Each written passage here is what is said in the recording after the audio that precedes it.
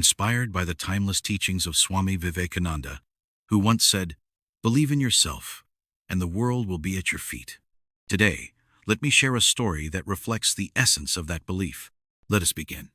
In a quiet village, there lived a young boy named Virad. Though kind-hearted and intelligent, Virad was filled with self-doubt. No matter how hard he tried, he always felt small and incapable as if he didn't deserve success. At school, he feared speaking up, believing his ideas were not good enough. At home, he compared himself to others and thought, "I will never be as smart or brave as them." Every failure only made him retreat further into his shell. One day, feeling overwhelmed and hopeless, Virad wandered deep into the forest. There, beneath an ancient banyan tree, sat a wise monk in deep meditation. His calm presence seemed to radiate peace and strength. The monk opened his eyes and smiled, sensing the sadness on Virad's face. "Why do you look so troubled, my child?" the monk asked gently. With a sigh, Virad poured out his heart. "No matter what I do, I feel weak and worthless. Everyone else seems stronger and smarter. I'm just not meant to succeed." The monk listened patiently. After a pause, he said, "Let me tell you a story about a lion who forgot who he was. Once, in a great jungle, a lioness died shortly after giving birth to a lion cub. Alone and helpless, the cub was found by a kind-hearted flock of sheep. They raised the cub as one of their own. The lion cub grew up eating grass, bleating like a sheep, and running away from danger just like the other sheep. He never questioned who he was. One day, a mighty lion came roaring through the meadow. The sheep ran in terror, but he noticed the young lion. Confused to see a lion behaving like a sheep, he caught the cub and asked, "Why are you acting like this? You are a lion, not a sheep."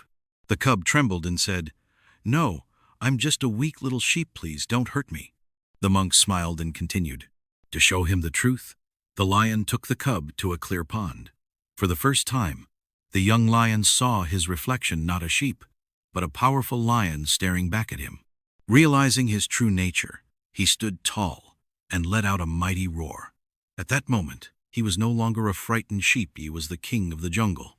The monk gazed kindly at Virad. "Like that lion cub, you have forgotten your true strength. You believe the world's lies that you are weak, but inside you is the heart of a lion." Virad blinked, confused. "But how do I become the lion?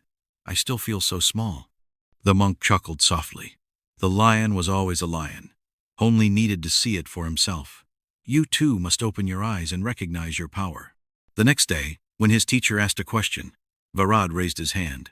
His voice shook at first, but he answered confidently. With each step, his belief grew stronger. Months later, he stood before the entire school, delivering a speech that earned thunderous applause.